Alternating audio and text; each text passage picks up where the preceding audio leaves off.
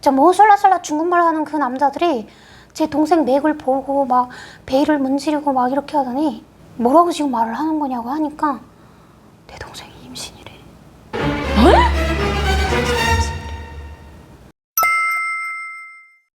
여자애가? 아 지금 그게 나랑 같이 돌격대에서 지금 임신다. 그래서 물어보니까 큰일 났다. 그래서 자기가 도망친 거라고 하더라고요. 여자애가? 아 지금 그게 나랑 같이 돌격대에서 지금 임신다. 대대장 애죠. 그렇죠. 나 지금 이제 식모한다고 하니까. 그래서 일어난 다음에 이제 물어봤죠. 어떻게 된 거냐. 왜 그동안 얘기를 안 했냐. 몰랐던 거지 자기도. 그래서 물어보니까 큰일 났다. 그래서 자기가 도망친 거야. 그래서 언니 보고 가자고 한 거라고. 더 눈물이 나는 거예요. 더 눈물이 막. 이거 지금 어떻게 해야 되겠는지 나는 가는 날짜가 다음 날 잡혀 있었거든요. 제가 7월 12일 날 강을 넘었다고 했잖아요. 그런 일이 일어난 게 13일이었고 14일 건너서 15일 날 나는 이제 가야 되는 상황이었어요. 살려서 어딘가에 가야 되는 상황인 거네요. 뭐 술라술라 이제 이야기해주니까 통역이 언니 15일 날 간대요. 이렇게 하니까 더 이제 저희 둘은 막 이별이라는 것도 코앞에 다가왔고 저희가 약속은 그렇게 했지만 언제 만날지 그 누구도 모르는 거잖아요. 그러니까 어떤 매개체가 될 수 있는 전화번호라도 하나 만약에 있었다고 그렇죠. 하면 네가 간 곳에서 여기다 전화하고 네가 간 곳에서 여기다 전화해서 연락을 줄 수 있을 건데 서로 생초보가 가다 보니까 서로 연락을 할 수 없었던 거죠. 근데 여기서 궁금한 것은 그 여성분이 임신을 하고 왔잖아요. 다른 중국 어떤 가정집에다가 임신한 여자를 팔아먹을 수 있어요? 못 팔아먹더라고요. 그러니까 제가 떠날 때 그 브로커라는 그 양반이 나한테 뭐라고 얘기를 하냐면 걱정하지 말아라. 자기가 애를 지우고 나서 팔아먹겠다. 이렇게 했어요. 근데 뭐 애를 지우고 팔아먹던 뭐 그냥 팔아먹던 저는 그냥 속수무책인 거잖아요. 제가 동생을 구할 방법도 없고 나도 지금 내 자신도 구할 여지가 없는 판에 능력이 없는 판이죠. 그렇죠. 그냥 눈물밖에 안 났어요. 진짜 눈물밖에. 그리고 15일이 되니까 아침에 간다고 저보고 샤워를 하라는 거예요. 뭐 샤워하는 것도 아니고 그냥 그때 든 생각이 저희 북한에서 그때 혹시 기억나시는지 모르겠는데 민족과 운명 그 정군위안부 편이 나왔었어요. 네. 저희 때. 네, 있었어요. 여기서처럼 이렇게 막 직접적으로 막 보여주는 건 아니었지만 그 북한 영화는 좀 간접적인 게 많잖아요. 네, 그래서 강간당하는데 실루엣이 살짝 나오면서 비명 소리가 맞아. 나왔던 거죠. 그런 생각이 들면서 이게 뭐 정군위안부 틀린 게 뭐야? 그냥 나는 유린당하는 거고 내 인생을 이젠 그냥 내쳐버리는 그런 느낌이었어요.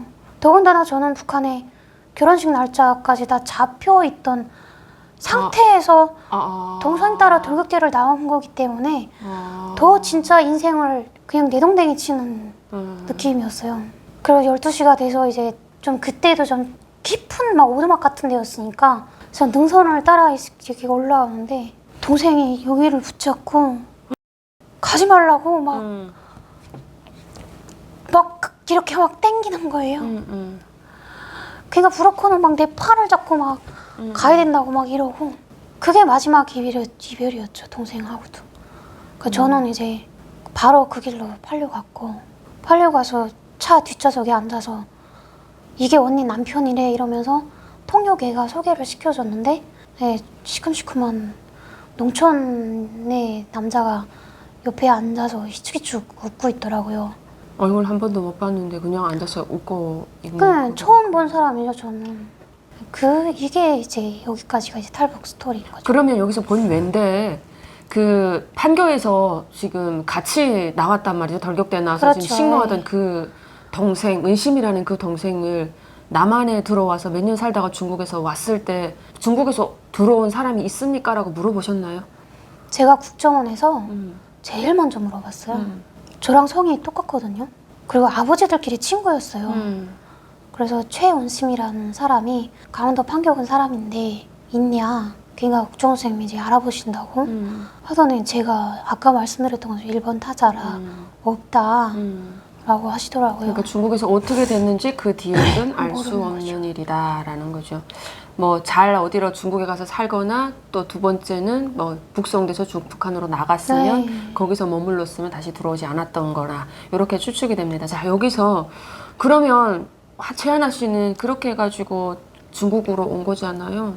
남동생의 소식은 들어본 적 없죠, 그러면? 그러면 어떻게 생각해요? 그냥 누나를 거기다 놔두고 남동생은 집으로 그냥 혼자 뛴 거예요?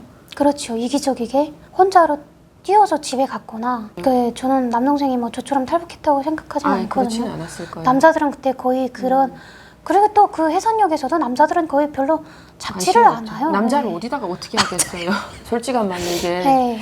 아 그러면 난 진짜 조금 더 그런데 왜 남동생은 뛸 때 누나 우리 집에 가자 이렇게 원질이라도 해가지고 줬으면 그러게요. 같이 뛰었을 수도 있는데 누나를 그렇게 믿지 못했을까요? 왜 누나한테도 얘기 안 하고 혼자 뛰었을까요? 제가 그게 제일 궁금한 부분이에요. 진짜 통일이 돼서 나중에 할아버지가 돼서 만난다면 저는 제일 먼저 그거부터 물어볼 것 같아요. 너 왜 그때 누나 두고 혼자 도망쳐 갔어? 이렇게 누나는 너 때문에 나왔는데 이럴 것 같아요. 자 그렇게 연고 없는 중국으로 자 들어가게 됩니다. 근데요 네. 중국에서 살다가 몇 년 살았단 말이잖아요. 네. 3년 한 5년 6년 한국에 가자라는 선이 있어서 한국으로 막 온 거예요? 아니면 어떤 계기를 통해서 한국까지 이렇게 오게 된 거예요? 그때 제가 그때 그 동네로 팔려갔을 때 저에게 너무나도 고마운 언니가 있었어요. 탈북민이죠? 그렇죠. 네. 근데 그때는 제가 거기서 언니라고 했지만 사실은 알고 보니까 저랑 동갑이었고 저의 브로커가 제 나이를 속여서 저를 팔아먹어서 저는 중국에서 좀 어리게 살았습니다. 네. 나이보다는. 근데 그 언니가 있었는데 그 언니가 하루아침에 사라진 거예요. 예. 그래서 저는 이제 좀 내가 믿고 있던 나무가 이제 넘어진 그런 기분이었죠. 저희 딱 옆집에 살았으니까. 그렇죠. 아무 말 없이 사라졌구나. 저한테도 이제 얘기를 안 하고 이제 사라진 거기 때문에 그때 좀 허탈했었던 것 같아요. 그렇게 했다가 한 달인가 두 달인가 지나서 그 언니가 살던 그 남편이 이야기를 하는 게 한국으로 갔다 이렇게 얘기를 했어요. 네. 그래서 와우 나는 한국으로는 절대 안 가. 중국으로 탈북한 거랑 한국으로 탈북한 거랑 우리 집의 갭 차이가 너무 크니까 나는 안 갈 거야. 집에다 주는 영향이 네. 한국과 중국과는 완전히 차이 난다고 생각을 하는 거죠. 그렇죠. 대부분. 사실 저도 그렇게 생각했어요. 저희는 다 알고 있으니까 절대 안 가 했죠. 그때 애가 둘이 있었고 네. 나는 애들만 잘 키울 거야. 나는 중국어를 배워서 도망칠 거야 라는 생각이 엄마가 되고 나니까 나는 우리 애들을 잘 키울 거야. 엄마 없는 애를 안 만들 거야. 이런 생각이 강했어요. 그렇게 있다가 제 애아빠가 조금 다른 큰 도시로 여기로 말하면 알바를 가면서 저도 따라가게 됐어요. 거기도 저희 북한 여성분들이 많았어요. 거기는 어떤 지역입니까? 거기는 이렇게 하면 제가 또 중국말이 막 쏟아지는데 후순 난자무라고 해가지고 한국말로 하면 난자목이라는 소전이었어요.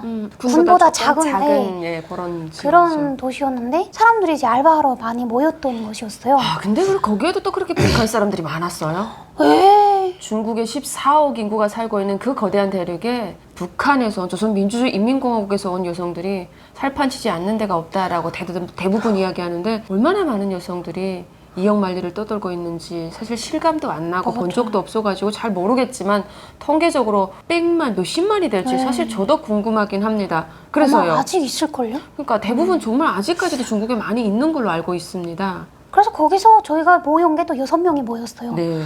6명이 똘똘 뭉쳤었죠. 다 애들도 또래 애들을 키우고 해서 정말 친한 언니, 친한 동생 막 이렇게 살았는데 한 언니가 한국 시도를 하다가 잡혔어요. 잡혔는데 저희한테 소식이 들려왔어요. 중국에서 잡혔어요? 그러니까 중국에서 저희 고장은 떠나서 산해관이란 쌍하이관 뭐 이런 데서 잡혔는데 그 경찰서에서 이 집 시댁한테 연락이 간 거예요. 이런 여자가 북한 여자가 어디 당신 며느리라고 하는데 맞냐? 맞냐? 그 집에 확인차 전화가 온 거야. 그러니까 그 집에서 맞다. 근데 저희가 내쫓은 며느리다. 저희랑 상관이 없다. 이렇게 됐어요. 그럼 북성인데? 그럼 북성이죠. 그러니까 그 소문이 전파를 타고 해서 저희 귀에까지 들려왔고 저희가 그때 조선족 교회를 다니고 있었거든요. 네. 목사님이 이제 저희한테 알려주신 거예요. 네. 어떻게 하겠냐. 구해야 된다. 그래서 저희가 그때 5명이 모여서 우리 그 시집에 가서 무릎 꿇고 빌자. 남편이 데리러 오면 보내준대요. 경찰서에서. 그래서요? 그래서 빌자 해서 모의 작당만 하다가 가서 못 빌었어요. 그래서 그 언니는 안타깝게도 이제 나가게 됐고 북성에서 나가게 됐죠. 그래서 근데 옆에서 한두 명씩 다 떠나가 버렸어요. 한국으로 간 거죠? 그렇죠. 어디로 가는지 모르지만 딱 한 모르지만 명, 두 명씩 거기서 사라지는 거죠. 그래서 대부분 말을 들어보니까 먼저 한국에서 자리 잡고 자기 주변에 당시에 위험에 처해서 같이 있던 사람들에게 연락을 해서 그 다음에 후에 데리고 네. 오더라고요. 그래서 저한테 연락이 와가지고 언니야 와라. 그때 제일 친한 동생이었어요 정말. 네. 지금도 친하게 지내고 있거든요. 나 하나원인데 언니 언제까지 거기서 그러고 살 거야. 애들만 바라보고 있지 말고 언니 좀 뛰쳐나와봐라. 이렇게 하는 거예요. 그때부터 갈등이 생기기 시작한 거예요. 나도 갈 거야. 근데 큰애가 그때 4살이었고 그래서 애 아빠한테 얘기를 했죠. 나 이제 보내줘. 나 이젠 때가 된 것 같아. 하니까 안 된다는 거예요. 그래서 1년을 더 참았어요. 참고 있다가 도망쳐야 되겠다. 그래서 큰애가 6살이고 작은애가 4살이었던 것 같아요. 네. 그 6살쟁이한테 엄마가 한국 가서 딱 두 밤 자고 올게. 그러니까 아빠 말 잘 듣고 할머니 말 잘 듣고 엄마 기다려줘. 이렇게 했어. 근데 부모를 떠나는 것보다 자식을 두고 떠난다는 게 더 찍히더라고요. 그렇죠. 그래서 정말 내가 엄마가 되고 나서 깨달은 거지만 뒤늦게 깨달아서 부모님한테 미안한데 우리 엄마도 나를 이렇게 키웠겠구나. 우리 엄마가 딸을 잃어버리고 더 가슴이 아프겠구나. 많이 느꼈던 것 같아요. 너는 내 마음을 아냐 하면서 우리 엄마 전화하던 그 소리가 나네. 그냥 어머니하고 통화했는데 엄마 마음에서 이런 얘기하면 엄마는 우세요. 근데 저는 안 울어요. 전 여기서 첫 번째, 두 번째 전화 받을 때는 울었는데 어느덧 이렇게 만성적으로 받게 되니까 웃으면서 그냥 엄마 그래 다음에 또 봐 그러면 엄마는 막 우세요. 언제 볼 수 있을까? 나 많이 아파. 이게 마지막일 것 같아. 이게 항상 마지막 암시를 했거든요. 너는 내 마음을 아니? 엄마 다 알지. 그런데 엄마는 막 웃었어요. 너무 그만 말 것 같아요. 너무 잘 모르는 거죠. 그래서 일단은 그렇게 하고 떠났어요. 그때도 같이 살던 동생을 하나 데리고 떠났죠. 저는 동생들만 줄줄 데리고 떠나는 것 같아요. 리더십이 있나 봅니다. 동생을 항상 질질질다 끌고 다니는 스타일이에요. 그때 동생이랑 떠나서 심양에 아시는 한국분이 식당을 하고 계셨는데 그때 주소를 주셨었어요.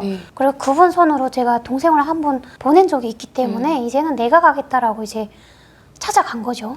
근데 한국 들어가고 안 계신다는 거예요. 깜깜한 밤에 찾아갔는데 어떡해. 바로 앞에 북한 영사관이 있어요. 심양이니까 심장에 두근반 세근반 막 하는 거예요. 그쵸. 그래서 어떻게 할까? 우리가 뭐 모텔에 들어가서 잘 신분도 아니고 어떻게 할까 막 하는데 전화기는 또 난리가 났어요. 애 아빠가 이제 도망친 거 알고 전화가 막 20통이 왔는데 안 받은 거죠. 근데 딱 마지막 전화가 걸려왔어요. 그래서 받았죠. 사실 갈 곳이 없어서 받았어요. 받아가지고 이제 퉁명스럽게 왜 그러냐 나 보내줘라 라고 그러니까 알겠다고. 알겠는데 이렇게 돈도 안 가지고 가면 자기가 마음을 놓겠냐. 들어와서 제대로 인사하고 돈을 가지고 가라. 이렇게 했어요. 사실은 애 아빠가 돈을 벌어서 다 저한테 맡겼었는데 자식이 있다 보니까 그거를 못 가지고 나오겠는 거예요. 그거를 제가 훔쳐가지고 나오면 제 자식이 잘 자랄 수가 없는 거잖아요. 그래서 딱 중국 돈 500원을 가지고 떠났었던 것 같아요. 야밤에 다시 심야 버스를 타고 동생을 또 데리고 들어갔어요. 동생 보고도 그랬죠. 잘 인사를 하고 다시 나오자 했죠. 그래서 다시 나와서 다시 집에 가서 이제 승인을 해준 거니까 그 다음에 친구들한테 전화를 했어요. 왜냐면 친구들이 그때까지 브로커를 연결을 안 해줬어요. 왜냐면 저한테 브로커를 연결해주면 후폭풍이 남아있는 그 가족들한테 돌아가거든요. 예를 들어서 내가 도망치면 하윤님이 저를 소개를 시켜줬어요. 그럼 내가 그래서 도망쳤어요. 그럼 이 집에 가서 해보는 거죠? 그러면 우리 애 아빠는 이 집에 가서 남아있는 그 집의 애들이나 그 남편한테 해코지를 하는 거예요. 중국 사람들이 좀 그런 무서운 면이 좀 있어요. 그러다 보니까 친구들이 브로커를 연결을 안 해줬어요. 한국에 있는 친구들이. 무슨 말인지 알 것 같습니다. 그러니까 그 동네에 가면 북한 여성끼리 사는 거죠. 북한 여성들이 동네에 모여 사는데 그 중에 한 명이 빠져서 한국에 왔는데 남아있는 가족들에게 몰래 도망치오라고 브로커를 소개해주면 그 다음에 그 남아있는 잔류 가족에게 가서 다른 가족들이 막 난리치는 거죠. 해코지를 해요. 막 칼 들고. 진짜. 친구들이 선뜻 소개를 못 해줬다가 내가 허락을 받았다. 그러니까 소개를 시켜줘라. 그리고 한국분도 한국에 들어가서 연락이 안 되는데 내가 이제 니네밖에 믿을 게 없다 했죠. 바로 그날 저녁으로 한국에서 브로커가 저한테 연락이 온 거예요. 다음날 심양에 어떤 장소에 가라. 그래서 갔어요. 애 아빠가 돈을 좀 챙겨줘서 이제 주머니에 넣고 그리고 애들한테도 이제 엄마 갔다 올게. 우리 철없는 아들은 엄마 잘 갔다 와. 애 아빠가 우는 거예요. 제가 얘기를 했죠. 나는 안 돌아올 거다. 나는 거기서 내 생활을 할 거다. 그러니까 울면서 애를 낳아줘서 고마울 뿐이다 라고 하는데 저도 사람이니까 가슴이 찡하더라고요. 네, 그래서 일단은 브로커가 알려준 집에 식량 집에 갔어요. 그때도 진짜 웃긴 게 네 분이 계시는 거예요. 근데 직행이었어요. 두 분은 모녀지간이셨고 두 분은 부부지간이셨어요. 그래서 브로커가 저한테 얘기를 뭐라고 하냐면 여기서 중국말 하는 사람은 나밖에 없다. 그러니까 이 네 분을 책임지고 버스를 타고 가라. 저는 뭐 이렇게 브로커가 인도하는 줄 알았어요. 네. 전혀 그게 아니고요. 우리 다 모르고 오죠. 네. 그냥 전화로 그냥 연결해서 어디까지 가서 누가 네, 만나라. 맞아. 어디 앞에 있으면 누가 어떤 옷을 입은 사람이 올 거다. 그럼 맞아. 도착해서 전화해라. 그렇게 다 택배처럼 물건이 넘어가죠. 아, 물건은 아닌데 우리가.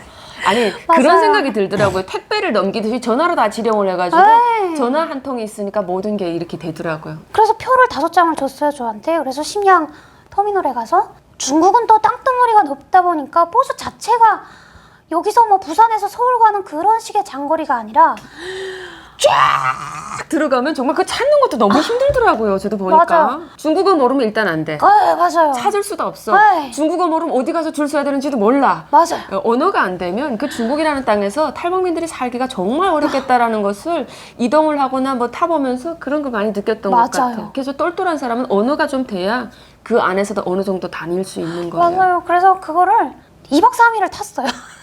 버스를. 웃긴 게 근데 부부지간에 왜 그렇게 싸우시는 거예요? 왜 싸워요? 그 좀 에피소드 있으면 좀 얘기해 주세요. 뭐 때문에 싸우시던가요? 그러니까 버스가 2층짜리 버스였는데 네. 남편은 2층에 타고 마누라랑 1층에 탔어요. 버스 좌석이 다 침대예요. 저랑 그 모녀지간의 딸은 제일 뒷자리에 나란히 이렇게 침대처럼 탔어요. 그래서 우린 정말 재미나게 얘기를 하고 싶었지만 브로커가 될수록 얘기를 피하라고 해서 피했는데 야 이 개갈라야 뭐 하면서 왜 그렇게 싸우시는지 아 진짜 나 그때 진짜 너무 웃겨가지고 위에서 그 남편분이 뭐 먹었던 그 비닐봉투 맞아 쓰레기 같은 거를 슝 하고 던지니까 마누라 머리에 가서 뚝 떨어졌는데 그랬다고 또 소새끼야 개새끼야 했어.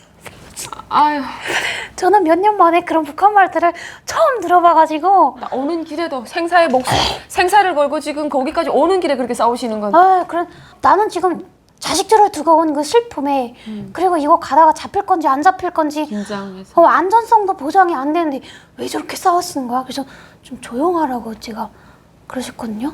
근데 그 남편분이 저한테 뭐라고 하신 줄 알아요? 뭐라고요? 야 이 개가 나야 배고프다 밥 좀 먹자.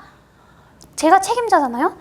그래서 중국에서 가다가 그 여기서 휴게소처럼 네네. 들어가요.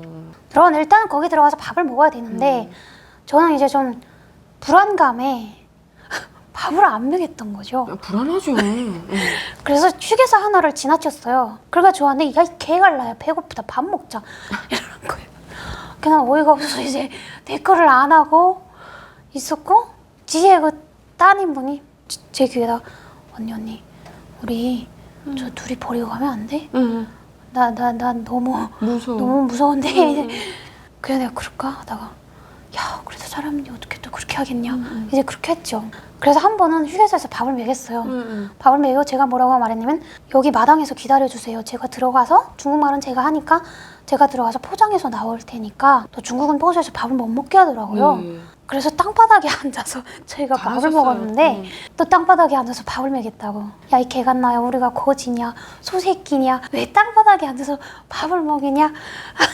혹시 여기서 좀 궁금한데 또 갑자기 그 남성분이 같이 왔어요? 가져왔어요. 네 왔어요. 네. 이거 보고 계실지는 모르겠지만 왔습니다.